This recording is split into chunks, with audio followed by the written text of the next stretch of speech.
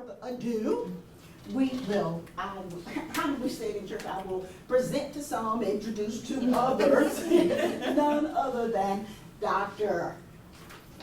Todd. Come on up.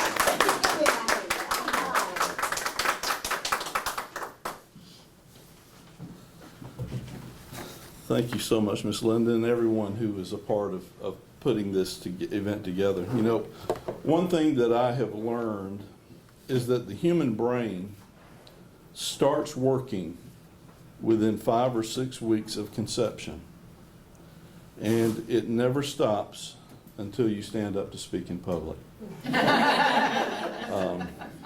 It's funny, I've been teaching for years, but somehow public speaking is different.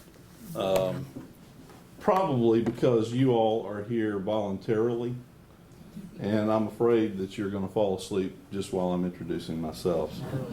But just to be honest, I planned to break the ice this morning by telling you all a joke about time travel, but you didn't like it, so I'm not going to do it. I love it. All right, enough of that. I am honored to speak to you today as we talk about the cultural approach. You know, we could actually drop words like history and social studies. Those are all mentioned about it. And we could replace it with the word learning. The cultural approach to learning is what I call it, because it goes so far beyond just the study of history and social studies, as you will see. Let's see if this works. We've all heard the ancient saying, right? Give a man a fish, and he will eat for a day. Teach a man to fish, and he will buy a boat and sit on the lake every Saturday. No, actually, we know how it really reads. But this is why we teach, right? It's not just to teach facts or specific concepts, but our goal is to teach children to be able to teach themselves for a lifetime. Let me introduce myself a little more formally. I am Dewey Todd. I was born and raised in Montgomery, Alabama. My father was a police officer there, and my mom worked in office administration. As we said earlier, she's here with us today. So if you are over the age of 30, just say, "Good morning, Mom." Good morning. Good morning, Mom. All right. If you are under the age of 30, then say, "Good morning, Meemaw." Good morning. Good morning. You're going to do both. Those are really the only two names that she really responds to. Mom, by the way, is almost 87, and she could probably still hit a softball farther than I can. She is a blessing. Well, after graduation, I did go to Alabama, where I majored in music. Then I went to Troy, got my degree in banking and finance. And then I worked in banking and IT for 35 years. Wow. I retired in 2017. Annette and I have been married since 1983. If you do the math, as Miss Linda said, that comes to almost 43 years. So I guess we were about 5 years old when we got married, if I remember correctly.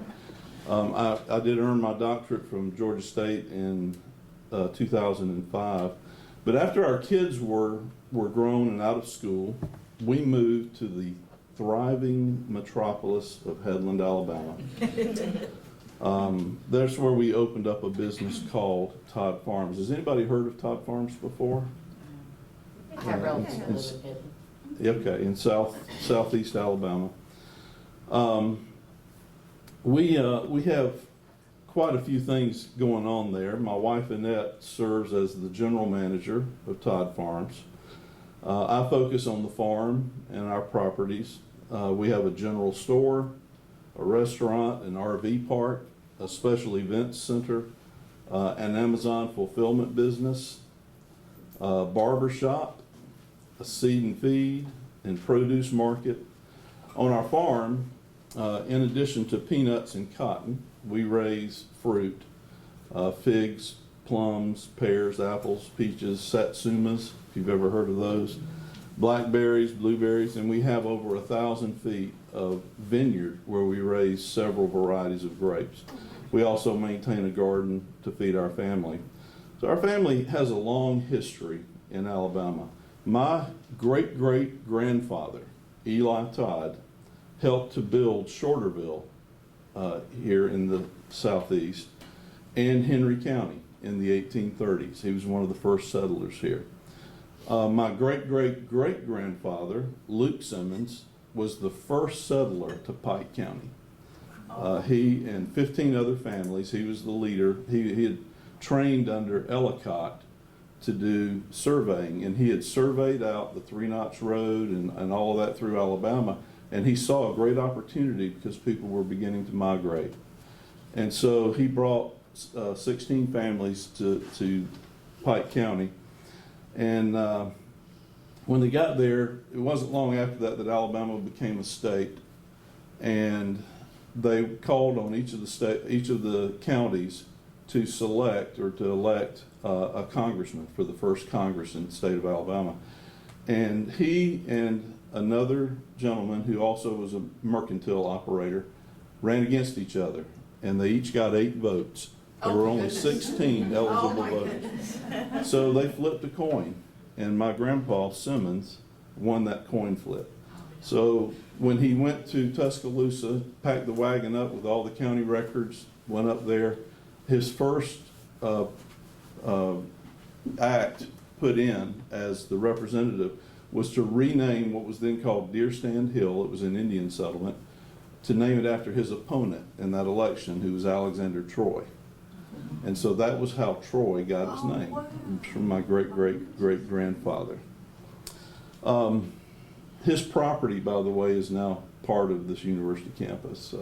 He was out here off Pinkard Marble in that area. Right in there is where he had his land. All right. Still awake? Yes, sir. All right, raise your hands if you're asleep. Somebody finish this statement for us. You can lead a horse to water. But you can't make it drink. Yeah, you can lead a horse to water, but you can't make him drink. You know, we're not real sure who originated this saying or this proverb, but I do know this.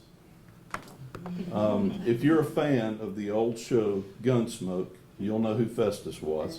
Well, it was Festus Hagen's grandpa, Hog Hagen, who said, you can lead a horse to water, but before you do, just remember what a wet horse smells like. Like I said, we don't know who made the original saying, but what does it mean to say you can lead a horse to water, but you can't make him drink? What does that You mean? can impart all the knowledge in the world you want, but you can't make them use it. That's right.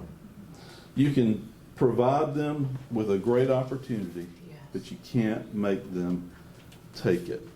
Well, how true is this of getting a great education? The fact is, most of us would like to blame the horse, or in this case, the learner.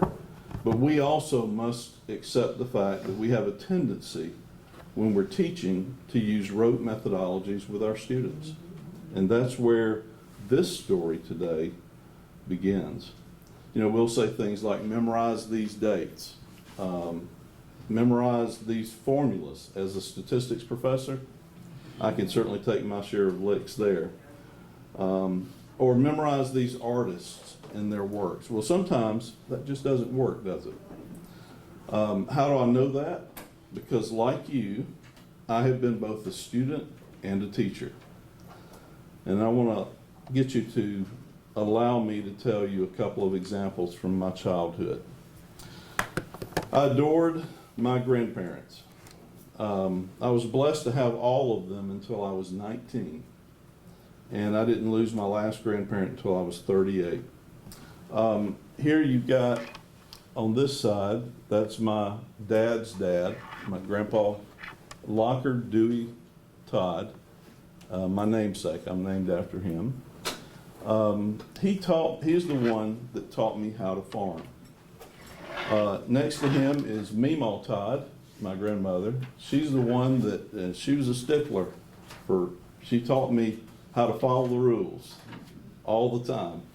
And she also taught me to can foods and to work in the kitchen, to enjoy good food. Mom and I laugh all the time because we would show up at her house and she said, "Oh, I don't have anything to eat in this house but just a few scraps. Y'all sit down and I'll have something up shortly." There were no no microwaves in those days, but in 30 minutes she'd have a huge meal on the table. She was a master of the kitchen. Over on this side is Paul Wilson. He's the one that taught me how to fish. He was a fisherman's fisherman. He also used to cut Hank Williams Sr.'s hair. Oh, wow. My grandfather was a barber for over 80 years. And then right there next to him is Ma Wilson, Lula Mae Stewart Wilson.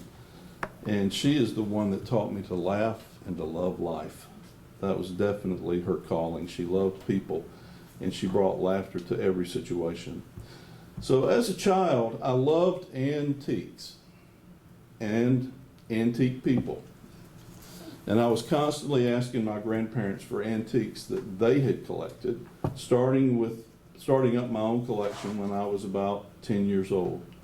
Well, now I have 2 buildings full of antiques, almost all of which came from family. American pickers would love my buildings. I guess I had an old soul growing up because I was constantly asking my mother, what was it like back in the olden days? I don't think she appreciated that since she was only 23 when I was born. But to a child, that's forever, isn't it? I'd pictured her somehow, her and my dad dating in a covered wagon, the way they would have done it. But I want to tell you about one of my grandparents in particular, my granddaddy Todd, right over here, and again, my namesake. This man was born in 1898 to a very poor farming family. He lived near Hamilton's Crossroads, which is just outside or just below Brundage, if you're familiar with it. And he wanted to learn so much. He couldn't wait to start school. He was the youngest son. And so when he finally got to go to school at the age of 6, on the 100th day, so a little over 3 months after starting first grade, he came home, and my great-grandfather, Billy, said, "Okay, now take off your Sunday shoes. Your education is over. It's time to farm." Well, my grandfather was absolutely brokenhearted. He was devastated because he had a hunger for learning. So he grew up not knowing how to read, and that embarrassed him so much. When he married my grandmother in 1927, who had graduated from high school, by the way, she taught him to read using the Bible. Well, now I'm going to take a sidetrack. When I was in high school, I was assigned a project to interview someone who had lived through World War I and World War II as an adult. So I decided to interview him because he had lived through all of that. And I asked Granddaddy, I was sitting there with my tape recorder and my microphone, and I said, "Granddaddy, tell me, who is Blocker Dewey Todd?" And I have his answer on tape. I still have that tape. He said, "My daddy weren't nothing but a poor dirt farmer. And I'm ashamed to say it, but I ain't no better."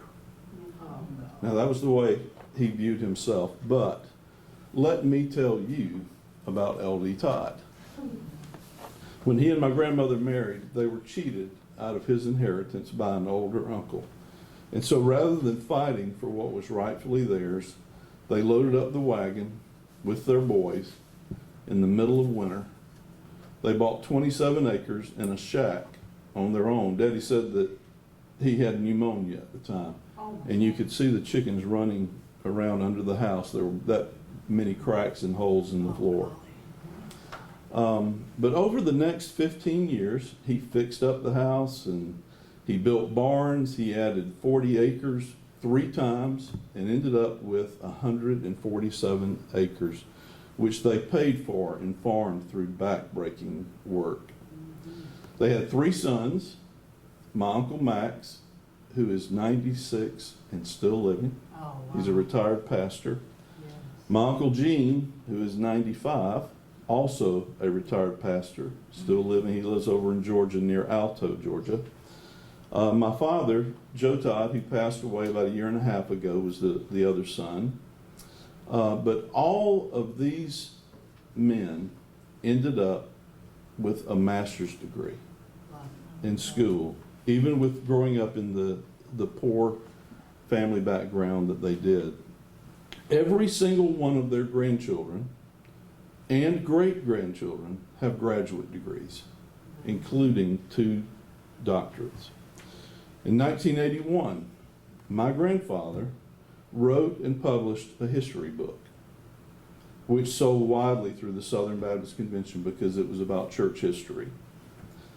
I think my father's proudest moment was when he was in high school, and he recalled that his FFA teacher and he were having a conversation about farming, and he explained to him that my grandfather had invented a tool that would allow him to build terraces, because when they moved there, all the land was eroding. It was a constant battle every year. And he said he had invented a tool to terrace using just a mule and his back and this tool. So the teacher said, well, I want to see this.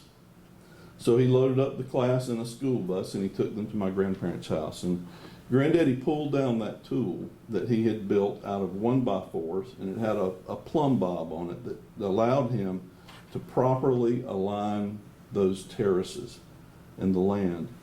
And I want you to know, almost 100 years later, none of that soil today has still eroded, none of it, because of what he had done. So the FFA teacher asked my grandfather if he could measure and draw the specifications of that tool, because he had never seen anything like it. Well, he was able to build that tool because he had learned to think, not just memorize facts. Uh-oh. I don't know where that came from. There we go. You see, my granddaddy was that horse that wanted to drink so badly, but there was no water available to him. You know, he could have been an engineer or an educator if he had just had the chance to learn. So that's why learning, I think, was so important to me growing up. I never took it for granted because of the lessons that he gave me. Now, story number 2. I love the piano. My grandmother, the one, Ma Wilson, was a church organist, played the pump organ, and she was a pianist. She played the piano by ear. My mother was a trained church pianist, and I want you to know, when she was little, Hank Williams Sr. came to the barbershop one day, and my grandfather had told him that his little Sherry was learning to play the piano, and he brought him a piece of music that he had written and published and said, give this to Sherry to learn how to play. And I've got that piece of music, she does, and I've got the scissors that my grandfather used to cut his hair. Oh, So darn. it's a really neat memory to have that. But my mother was a church pianist, and I wanted to follow in her footsteps. So I begged her from the age of 3, when she bought a new piano. We'd always have one of those big old upright, tingy sounding pianos that she had to play on, and they finally bought a really nice Ivers and Pond piano, and I said, I want to learn to play. Well, she wasn't going to let me until I started learning how to read. That was the thing. So when I started first grade, she finally signed me up, and I immediately got frustrated because I wanted to play music the way I heard it. Teach me how to play Amazing Grace. I want to learn how to play these songs. I didn't want to learn according to John Thompson's theory books, if any of you have taken piano before. But what I didn't realize was that Miss Diane, my teacher, wasn't teaching me specific musical pieces. She was teaching me to know, understand, and play the piano. That's the lesson that I was really getting. She was teaching me to be a musician. 88 keys, right? 7¼ octaves that make up this great instrument. And these ivory and ebony keys have produced millions of pieces of music over the years since it was invented. And that's because the musician doesn't learn a song. He or she learns to play the instrument. Well, I ended up taking lessons for 14 years, including my first 2 years at Alabama as a voice and piano major. And today, if you put music in front of me, I can play it. Even if it's tough, and it might take some practice to do it, I can sit down and do it, and I don't have to go and ask someone to help me. I know what I'm doing when I sit down at the piano. So I want to introduce you now to a little 12-year-old boy who was very shy. That's me, believe it or not. That was my favorite. That's an old cowboy shirt. It was one of my favorites. I'll never forget it. And I want to introduce you to him, and I want to introduce you to two of his favorite teachers. This is the yearbook class, and there is me again, not looking at the camera, which is usually the case. And there's Miss Mary Ann Neely. My mother even remembers her because she had such an impact. My sister and I both had her for creative writing, and she also taught creative arts, which I was privileged to learn from her as well. And Mrs. Neely made me want to learn. I had her in grades 7 and 8, and I worked on the yearbook, worked on the school newspaper with her as our guide. And it was Mrs. Neely who discovered my eye for art. She created a position for me as a political cartoonist on the newspaper. That was during a time when Richard Nixon and Gerald Ford and all that was going on, you know. And I had a book full of them. And I gave it to her when I finished junior high school because I wanted her to have it. By the way, this is a quote from Dewey.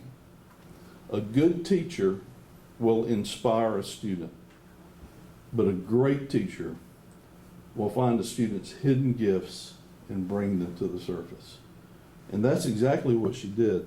You know, lots of times they are hidden due to embarrassment. Kids that don't exercise their right to drink that water like to make fun of the kids that do. So a teacher should bring that kind of inspiration. And it was that inspiration, by the way, that eventually helped me later. I became NCO in charge of public affairs for the Alabama Air National Guard, and I published the monthly newspaper. Again, thanks to her and what she had taught me.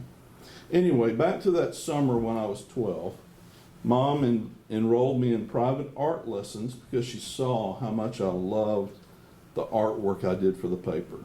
And you know, it's nice when you learn something that will serve you for the rest of your life. Playing football can't really do that. But painting, you can do that your entire life. And there was no way I was going to play football. When Annette and I got married in 1983, I weighed 117 pounds. Oh my God. So I was never what you would call a potential football player or sports person. But I still love to paint to this day and still do it. And Mrs. Neely also inspired me to write. She saw that I had a talent, especially for writing plays. And she even made all the other students in the class perform a play that I wrote when I was 13 years old. Today, I have 19 plays that have been published and performed across the United States. And again, thanks to her. I also published a book called Conflict and Decision Making. Again, inspired by her. So don't ever think your job is not the most important thing in the world, because it will be to some kid somewhere. All right, now I want to introduce you to Mrs. Jane Smith, right here on the end. And I know it's been a long time coming, but we'll get there. She was my 7th grade social studies teacher. She was a precious lady who, she would dress up, but she wore what my grandmother called a house dress. Remember those? She would wear it over her clothes because she had in one pocket loaded up with colored chalk, and she had in the other one her eraser and a ruler. It wasn't for measuring things. But actually she never hit us with it. But she could pop that ruler on your desk with just the right sound to teach you that she meant business. That reminds me of a story. Actually, everything reminds me of a story. Walking through the hallways of middle school, there was an experienced teacher who saw a new substitute standing outside his classroom with his forehead against the lockers, and she heard him muttering, "How did you get yourself into this? How did you get yourself into this? How did you get yourself into this?" Well, knowing that he was assigned a difficult class, she tried to offer moral support. So she came up behind him and she said, "Are you okay? Is there anything I can do to help?" And he lifted his head and said, "I'll be fine as soon as I get this kid out of his locker." Sound familiar? Like some of your kids maybe? You know, teaching is definitely an adventure. It reminds me of a 1st grade teacher. During the Christmas holiday classroom party, a little boy came up to her with a gift bag, obviously reused. And he said, "Here, teacher, my mom got this present for Christmas and she didn't want it. And she called everyone in our family and they didn't want it either. So she said, just bring it to school and give it to you." Nothing like childhood honesty. Is there? You can find out a lot about kids' families, just ask the right question. Well, during one summer in the early 1970s, Mrs. Smith was one of those fortunate educators selected to go through Dr. Ivey's learning program called the Cultural Approach. Mrs. Smith called it the praise methodology for understanding societies. That's how she labeled it. And she was a social studies teacher and was one of those teachers that was frustrated with the rote method of teaching that she'd been using. They all dreamed of having a program that could be utilized in just about any curriculum. You might ask me how I know that. Again, it's because of how I participated in it and how I have used it. I've even taught it myself now. Well, Ms. Smith pinned the praise acronym on her bulletin board as you walked in on your first day of 7th grade, and it immediately caught your eye. Well, then over the next 9 months at Goodwin Junior High School in Montgomery, every 6-week period we would learn about another culture. Each week we would cover another letter from the word praise for that culture. And do you know what that did? Instead of making me an expert on Egypt, let's say, Mrs. Smith taught me how to go into the library by myself, learn what is important about Egyptian culture. It's really as simple as that. Back to my earlier example. Instead of becoming an expert piano player who knows how to play Chopin's Nocturne in B-flat minor and nothing else, she could present me with a collection of all 21 of Chopin's Nocturnes, and I could teach myself to study and then to play them. And that's a metaphor, of course. But she did the same thing with studying cultures. I still use that approach today, every chance that I have, because praise, P-R-A-I-S-E, is imprinted on my brain to this day. Some 50 years later, I still remember it. Let me give you an example. Has anybody here been outside of the United States? All right, so we got some travelers. Where have you been? Japan, the Dominican Republic. Okay. Awesome. DR, Mexico, and we just got back from Belize this summer. Oh, Belize, beautiful country. Yeah, it was fun. Who, did you raise your hand? I've been to Canada and the Bahamas. Canada and the Bahamas. But you did this, that's not important. But, It's super important. oh, why did I do it? No, you said, like it wasn't. Well, I don't really know if Canada, like, I barely stepped into Canada. And then Hey, the it Bahamas. counts. Okay. A couple of countries I visited, I just was in the airport, so. Okay. Right. Ms. Linda, you had your hands up? I did, I'm doing something I should be doing, and you know what that is. But I've been to Canada, Canada, to a meeting and, you know, got to walk the streets. Been to the Bahamas, and I'm trying to think where, that would be fun. Who else raised, did you, where were? I've been to Paris. Oh, nice. Wow. I went- Everybody immediately starts humming the romantic tune. Yeah, I've never been to Paris, but I would love to visit. Did you, anybody else raise their hand about? Okay. Well, let me ask you this. When you went on your trip, how did you prepare? You know, if I get in the car and drive to Mississippi to, you know, go visit something, I don't have to study or prepare, right? But if I'm going to Paris, what'd you do? Anything? Did you take any action to prepare yourself for the culture you were about to experience? Well, I bought a Canadian hat. So it had a Nice. Canadian like, leaf on it. So I was like, I look like a local now. Yeah. When we went to Mexico, we switched all our money. Yeah. Yeah, we got pesos and stuff instead of the, yeah, Gotcha. yeah. Well, so nobody here has ever been to Peru, right?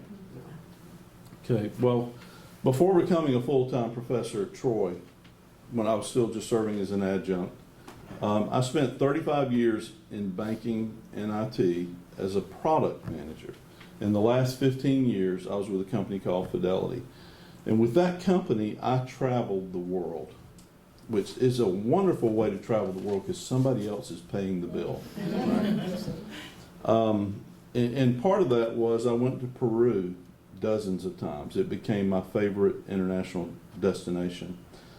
And when my company told me they were going to send me for the first time, I was ecstatic. So let me ask you this again. Now, this is a foreign country. English is not their first language. What would you do to prepare yourself from here going there? Would you do anything? Yeah, start learning Duolingo, get on Duolingo, maybe find an old Spanish textbook, or make sure it's Spanish and not Portuguese. I think it's Spanish in Peru. So you try to buff up on the language and get ready for, gotcha. Maybe some Yeah. local things. I mean, before we go on any trip, you at least look at the weather. Right, Yeah. right. And like YouTube videos to see like do's and don'ts, what is frowned upon, where you go, like, you know, it's different, but make sure you're respectful. By the way, there's the praise. I think you've already seen that and learned it. So most people, as you know, a couple of these things were mentioned, would go to the travel logs and read about the country, maybe go to some government websites, right, and learn about it. Well, let me tell you what Dewey did. I went to Mrs. Smith's methodology for studying culture. And I went to that simple acronym PRAISE, and I learned everything I could about the country and the people that I was about to visit. So let's just start at the top. Start with the letter P in politics. I learned that prior to 2000, Peru was under the authoritarian rule of one Alberto Fujimori. It seems kind of odd to hear a Hispanic name and a Japanese name together, and I knew none of this. But as I learned, the Japanese had established a strong presence in this country following significant immigration back in the 19th century. And those became troubling times for Peru because most of the Japanese immigrants didn't return home after their visa contracts were up. They also never really assimilated. This is something we need to think about as we're dealing with international immigrants coming to our country. I teach a lot of Chinese students who are supposed to come here and assimilating, but they tend to cluster with each other, and they're uncomfortable trying to assimilate. Their labor, though, was also still needed. So when the Japanese became more and more involved politically, this led to a lot of scandals, it led to corruption, and eventually authoritarianism. That gentleman right there. But Fujimori's regime was overthrown in the year 2000, not that long ago. He resigned as president, by the way, by sending a fax from exile. Oh my God. Because he knew he was not safe coming back. The people wanted to kill him. And the people began then trying to reform their country's government. And they still have persistent issues today with socioeconomic inequality, like most countries do in Latin and South America. But when I got there, the company assigned me a driver, Luis Lopez. And my studies that I had put in using praise had opened my door to conversations with him. I saw the gun battles and the bombings through his eyes. And it cultured my conversation with bank executives by knowing more about them. Luis told me clearly about the time when he was in his middle teens. He was walking home from the shore. He had his towel around his neck and listening to his brand new Walkman. Anybody remember what a Walkman is? Anyways, he approached a cross street that would take him to his house a few blocks over. A rebel dressed in military clothing and carrying an automatic weapon stopped him and told him, keep going a couple of blocks and then turn back north and go to your house. Well, a few minutes later, there was an incredibly monstrous explosion. Black smoke filled the air. He was thrown to his knees. And he said if he had not had those foam rubber earmuffs, he probably would have had damage to his hearing. He realized that the rebel who had diverted him had saved his life because they had just blown up the home of one of the government members. So can you imagine living with that kind of fear on a daily basis?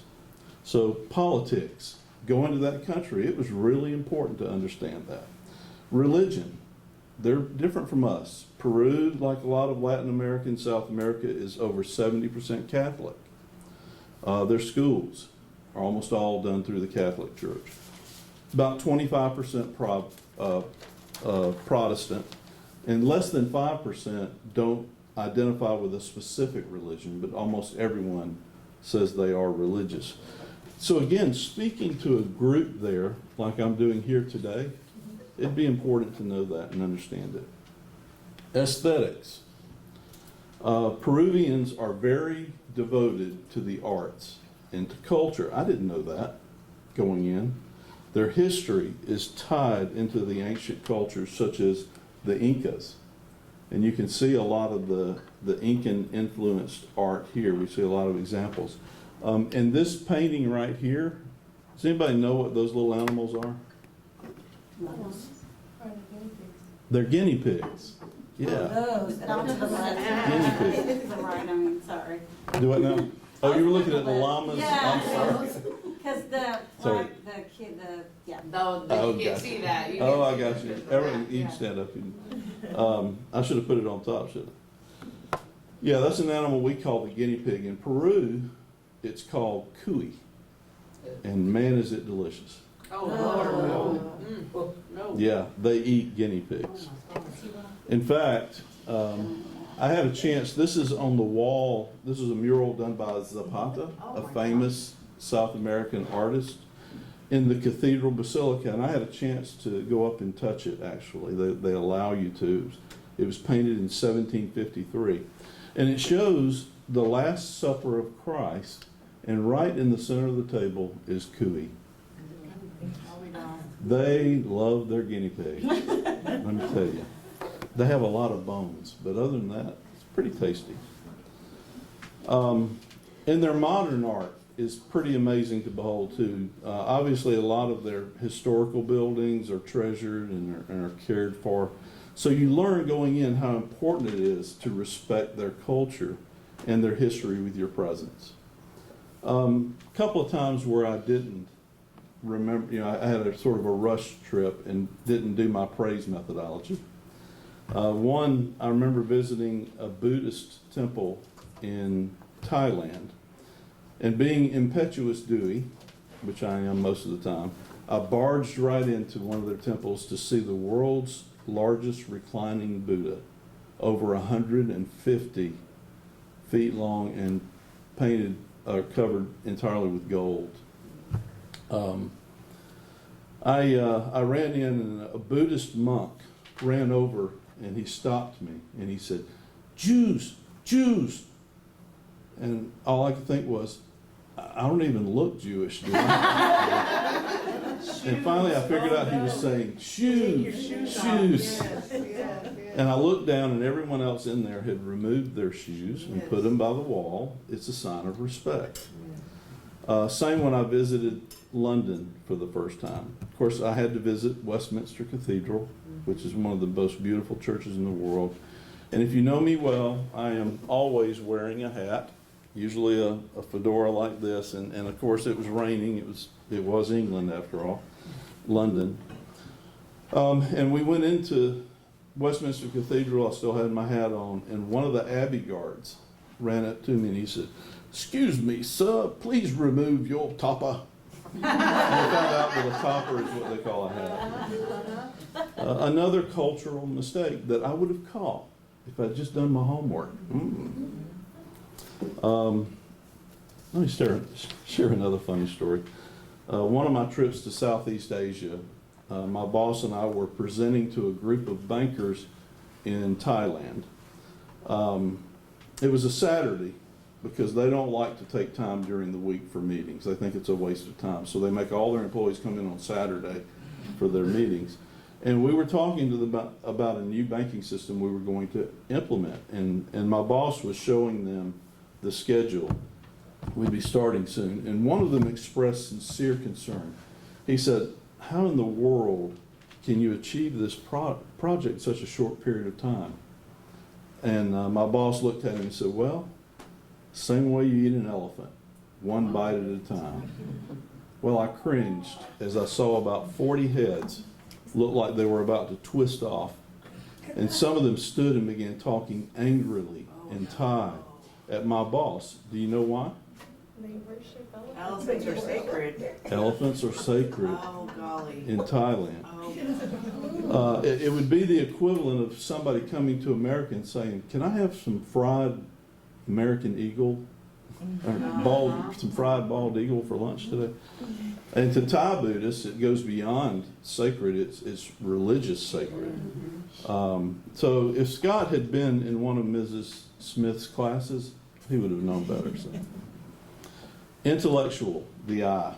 Peruvian schools are very similar to ours, except, like I said, they're mostly done through the Catholic Church. But early childhood, primary, secondary education are all compulsory and they are free. Higher education is available and it's funded to a large extent either by the church or the government. The problem though, quality. It's just not very high quality. So Peruvians dream of the opportunity to have what our kids sometimes take for granted, and that's to come here and learn. But really only the upper classes can afford it. All right, S, social. Peru is very stratified, very large lower class, a very comfortable but small middle class, and an extremely, absurdly wealthy upper class. They have, I mean, we're talking millions and millions of dollars while people are starving in the street.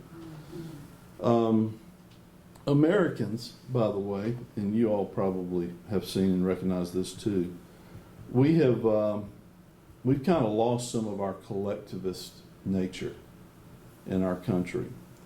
over the last 50 years, I would say, half century.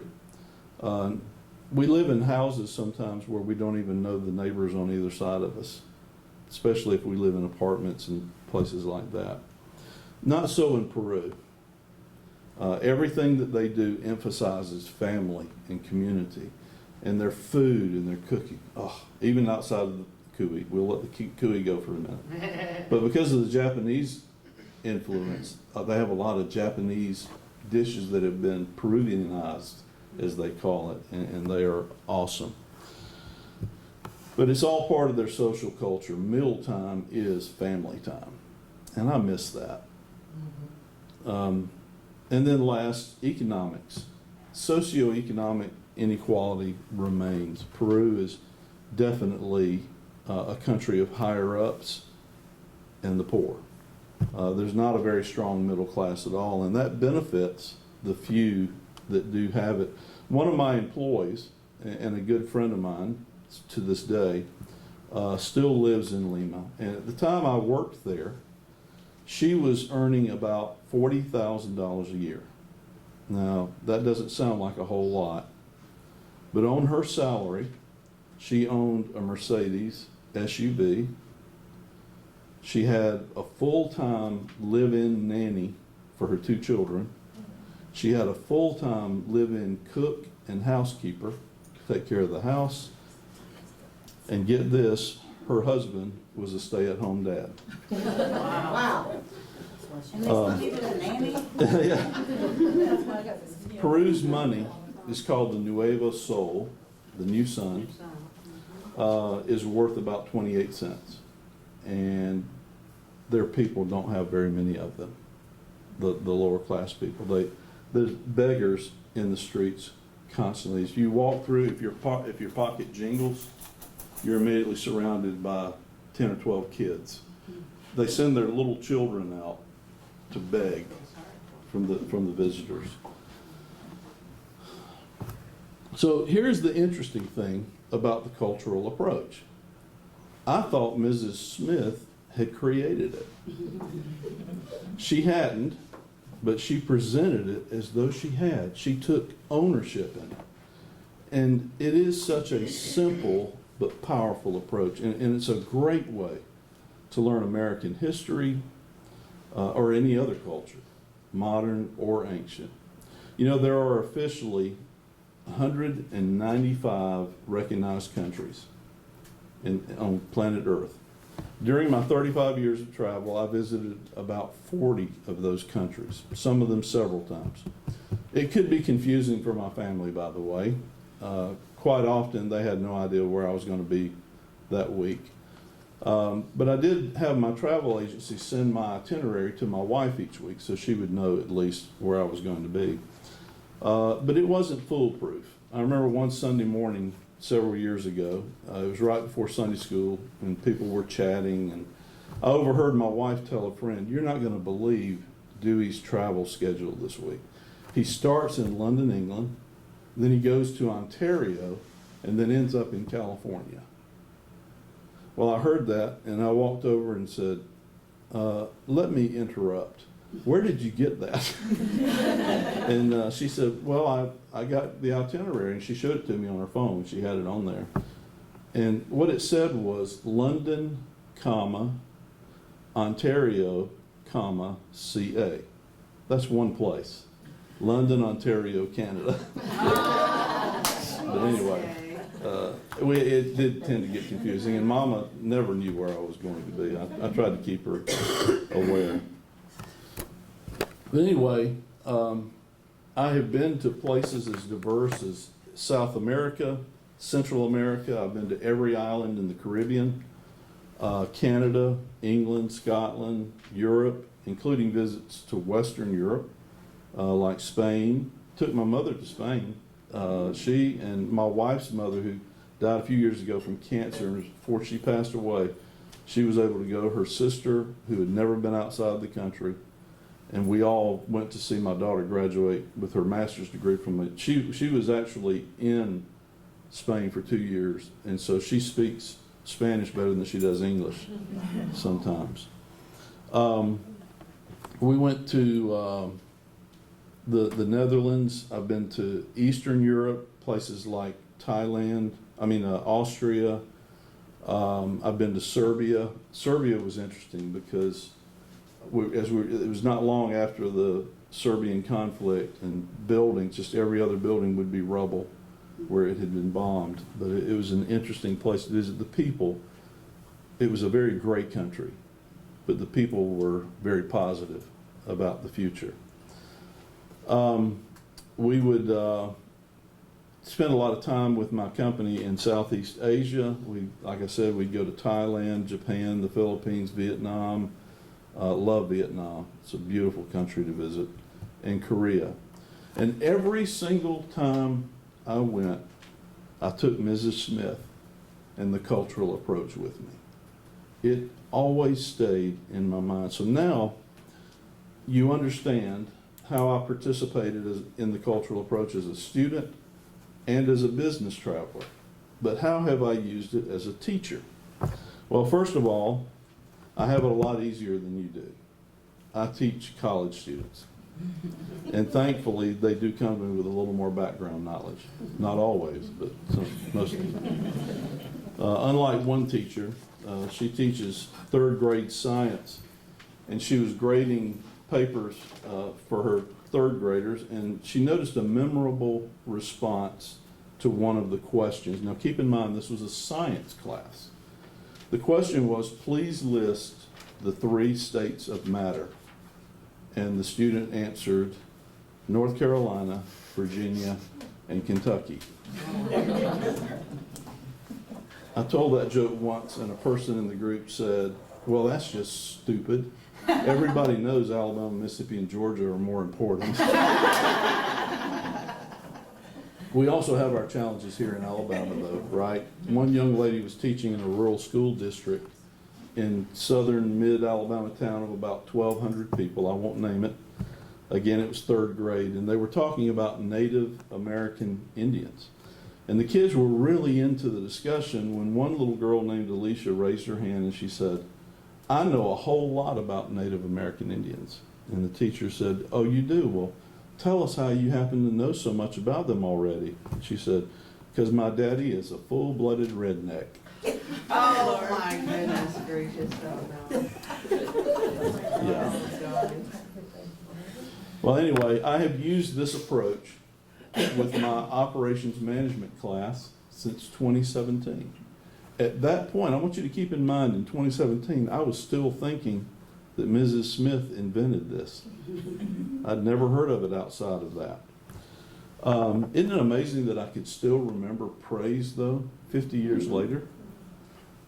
Shows how valuable it is. Well, here's Dewey Todd in the Sorrell College of Business applying a concept from the mid-'70s for primary and secondary students that I have never been able to forget. It stays there. And that's what I mean when I say this isn't about a specific subject. You're not solving a specific problem. It's a methodology that becomes a learning tool that lets you study almost anything related to history, social studies, and yes, even business. I do a project with my students every term, every semester, where we learn about general business strategy, specifically international expansion. That's a big thing these days with businesses and supply chains. Let's say you're operating a small business somewhere in any town in USA, and your business is one of those that has taken off and it's grown, and this is what I'm telling my students. You need to either extend your supply chain into another country, another area for either raw materials or for additional or unique skills that you maybe can't get here. And you need to take advantage of lower costs, as an example, in other countries, better access to raw materials. Or you just want to expand and open additional markets for your business. This tool that I teach my college students say you can use to help as a guiding light to find the right country. Where do we need to expand? Where do we need to start drawing from? So we're going to send people in, right, to analyze. And I make them do that as a part of their project. Is it a safe country? Do I have to worry about a corrupt government in this country? Will my American expatriates, are the ones that live there now, with their children there, like the schools that they would be attending? Is the standard of living sufficient? Is there a language barrier? Will they be able to find the religious and social connections that they're accustomed to? You see how it comes together so naturally in the flow of things? This type of learning is not memorization. It's a learning model that really works in understanding the world around us. So now let's go water some horses together. Do you have any questions for me? Oh, wrong direction. Gotta have my picture. Come on, you all, questions? See, I put them all to sleep. Raise your hand if you're still asleep. So when you're talking to your students here at the university, Mm-hmm. and you're talking, you're having a discussion about your business and you want to expand, Right. how do you get them involved in looking at the possibilities using the 6 circles? Well, it's a question of whether you look at these things from an understanding perspective or a usage perspective. This is not a usage model. We're not teaching them, I teach them that, right? I teach them how to take a business and expand it. And that really doesn't matter where you're doing it. But what's happening is now we got the kickstand that we got to put down and say, okay, so you're going to, for example, China is the world's leading provider of lithium. And we would look at that and say, well, gosh, we need to establish a business relationship. And if I'm going to make electric cars, I got to be able to get lithium. And so I'm going to work. What about political? The way, socioeconomic, the way, there are people, and I'm very conscious of this because I love South America, but I don't know if you know it, they call it the lithium triangle, which is Bolivia, Chile, and Peru, where China gets most of that lithium. And those people are not provided with safety equipment. They're not paid very well. You'll see a mother with an infant on her back, barefoot, with a chisel hammering, cobalt in Africa to supply all the demand for lithium. To me, the understanding the geopolitical perspective today is more important than anything else, and how we participate. I've seen companies like Nike who were attacked by protesters back in the 80s when they began to expand to like Bangladesh and places like that. They said, oh, you're not paying enough money. But the thing they didn't understand is some of those kids that were coming out of the villages to get a job making $5 a day, they were making 10 times more than their entire village made together. And so, trying to understand how all that works together, to me, that's where this model comes in. Because you can see what are their politics like, what is the education, do those children, you don't have to look very far past our own country's starting, or well, I shouldn't say starting, industrial revolution. We had children that were getting up every Monday morning and working 11 hours every day through Saturday. They only got Sunday off and never had an opportunity to go to school. Well, that still exists today in a lot of third world countries. So I think as a business, you have an obligation to understand the country you're going into. It also builds that trust between you, and when you know more about, when you take the time to know about, I mean, not just in life though, but with your relationships with other countries, the person that takes the time to get to know them, they're the ones that are people are going to extend their business to over other people. Like my mom she's a purchasing buyer, so she builds relationships with people so she can get product for her company at its cheapest cost or whatever. But she will not work with somebody who is not efficient, or, I mean, who, even though that they may be the lowest bid, but if they're not kind, or if they don't treat her with respect, or if they just are not a good relationship with that company, then she'll pick somebody who is a little higher cost, but she feels safer with their relationship. And that's what you're building by doing that. That's right. You can also do that with students though. Yeah, You can build that relationship by knowing your students and how each one is unique Mm-hmm. and knowing what they need just by talking to them. I mean, just by, you know, they're a student, but they're also a little person, and you got to get to know them. You've got to search their past records. You know, you can't just assume, you know, they just walked in your room and it's first day of school. You got to go back and look at cue folders and stuff to get to know your students, and this all applies to them as well. Yeah, I think that's a very good yeah, point. this is definitely an icebreaker. It opens their thought pattern, their thought processes, to see that this world is bigger than I am. And yet understanding their importance too. And I think going back to like our non-English speaking students who come in, then you know where that child just came from. And then you can think about all of these aspects of that life, of their life from that country to understand. The other thing that this sort of made me think about, going back and having a conversation with my brother, who worked in the Dominican Republic. He was a strategist. I can't remember the product, but he was to go in, look at productivity and all. And I want to go back and, because I remember he shared with me one day that they had something that was good. I don't remember all the details.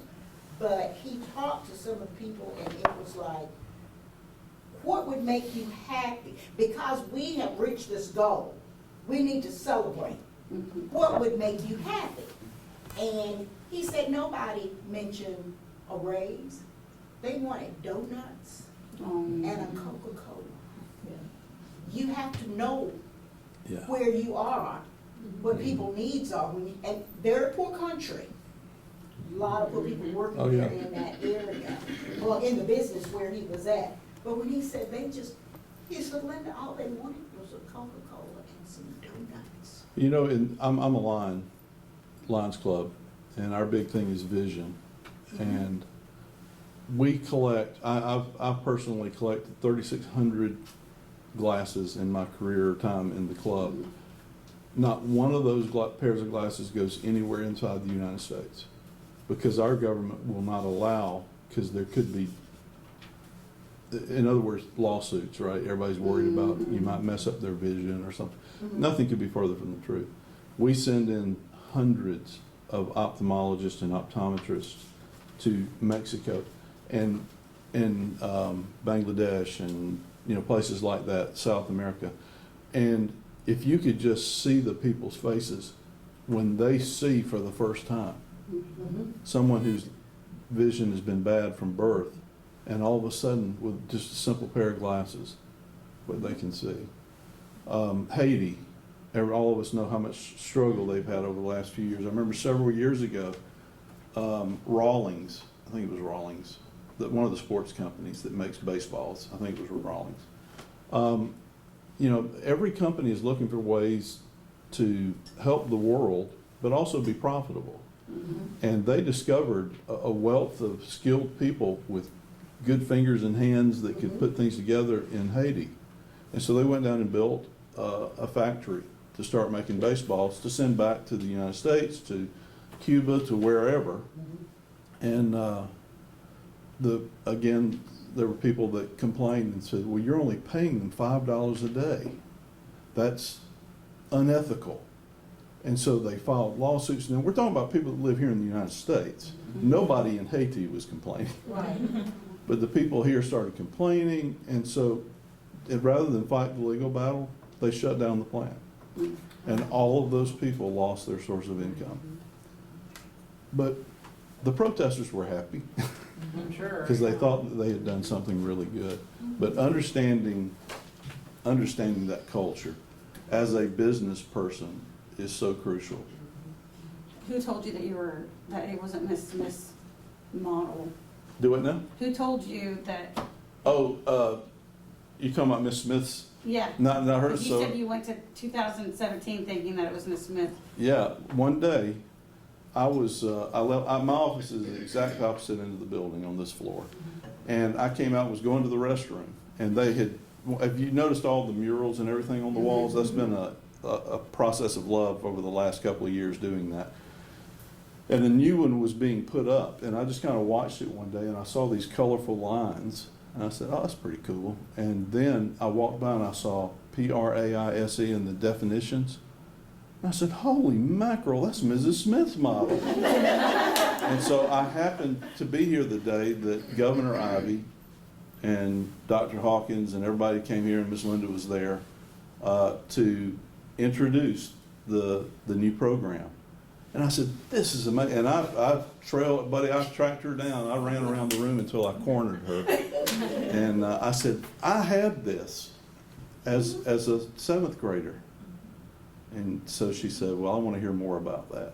And so that's when I found out that it was a program. That's pretty cool. That's really I mean, it's just amazing. But remember, yesterday, and we repeated multiple times, Professor Ivey, other people had talked, but he really put it in with school. And because his focus was K-12 schools and students that they were getting at Auburn in their history classes, how they would take it back and teach. And so that's when it really caught on, you know, because, and they went from wanting to push European history to world history. But as we said yesterday, you can do local history with this. You can, and not history, but life. Because that was one of the things that came out with a lady who was in his class. One of his classes at Auburn, Nan Tate, said, this is about, cultural approach is about teaching life, not history. And we see how it can be used other places. I mean, any other questions? I don't want to talk. I want Yes, you ma'am. all to share how you feel about this. What kind of sources, where do you, like, when you look at another country, when you're going to go do like a traveling, business trip or social, like whatever kind of trip, what kind of source do you use to get good details? As my preacher says, the interweb.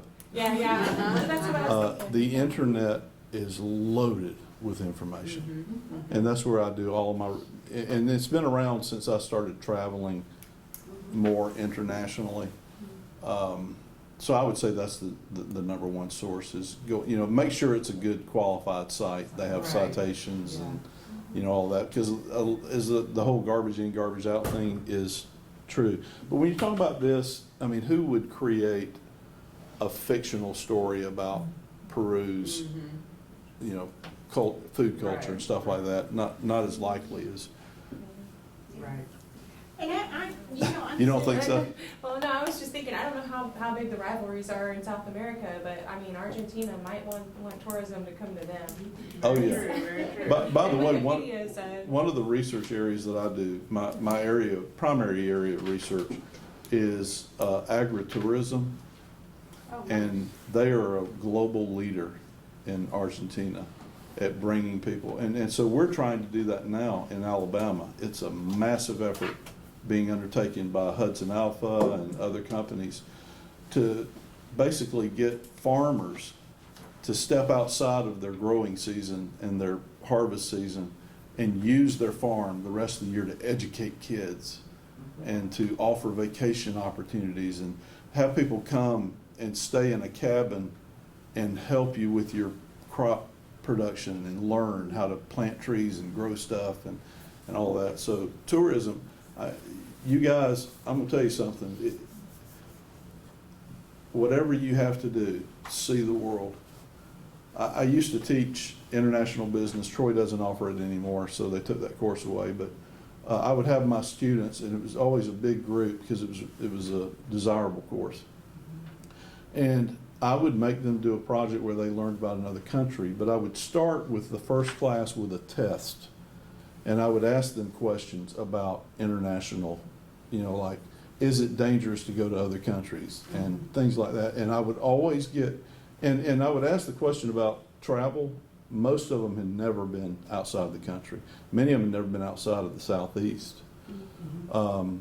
And I would teach them what I had experienced and what I'd known, and we would use this praise model. And I would talk about other cultures and stuff like that. And at the end of the term, I would give them a post-test, and their attitude and view had totally changed. They thought international business, international supply chain was crucial to us, because it is. And yet so many would like to say, curses, curses, you know, because you're taking away from other countries. No, we're not. We're trying to make the whole world a better place. We should be. And you know, a lot of times because a lot of people are traveling.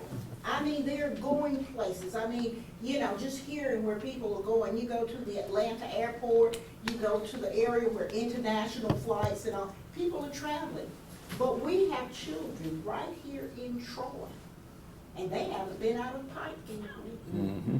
Their whole world sitting around Pike County. They all need to try cooey.